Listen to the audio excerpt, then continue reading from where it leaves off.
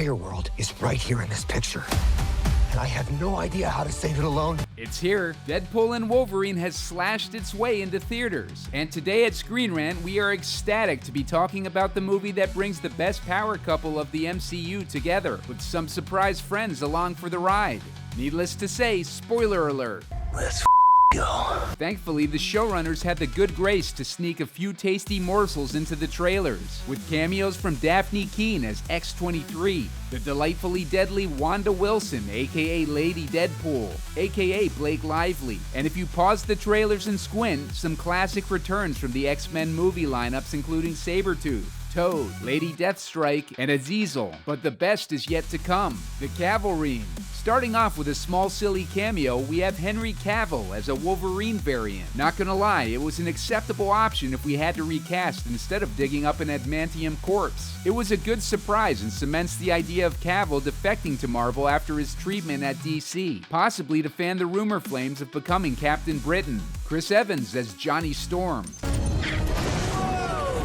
In typical Deadpool fashion, the audience gets trolled hard. The reveal of Chris Evans in the movie had many fans squealing, thinking Cap had come to Deadpool's aid. That is until his wicked broad Boston accent came out and he shot into the sky on fire. Yep, that's right, Johnny Storm had arrived. It was a lot of fun to see Evans be able to embrace a more relaxed, less polite hero from the Marvel Universe, and give his version of Johnny Storm a final farewell. Blade, Gambit, and Elektra.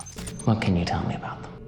They exist. Yes, we're hitting all three at once in this section because they, along with X-23, make up an interesting ensemble resistance group that work with our dynamic duo to help them get home. Long before any official trailers, there had been some educated wishes that Jennifer Garner would return as Elektra, and being the mega Marvel movie lover that he is, Ryan Reynolds wasn't gonna let the chance slip by.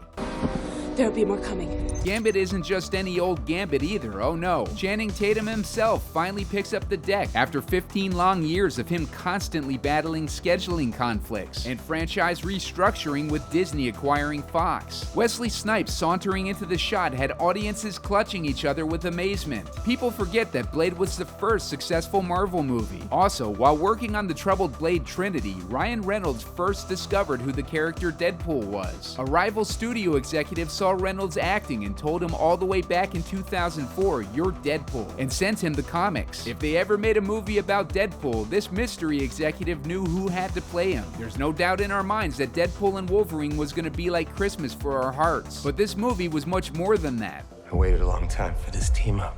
It's a love letter to the beloved characters that we saw on the big screen, or hope to see before the Disney takeover. And maybe, just maybe, Ryan Reynolds is Deadpool enough to force their hand and revive some of these opportunities. But if not, he can just go back in time and do it all again. Thanks for watching ScreenRant. Stay tuned for more Deadpool and Wolverine highlights.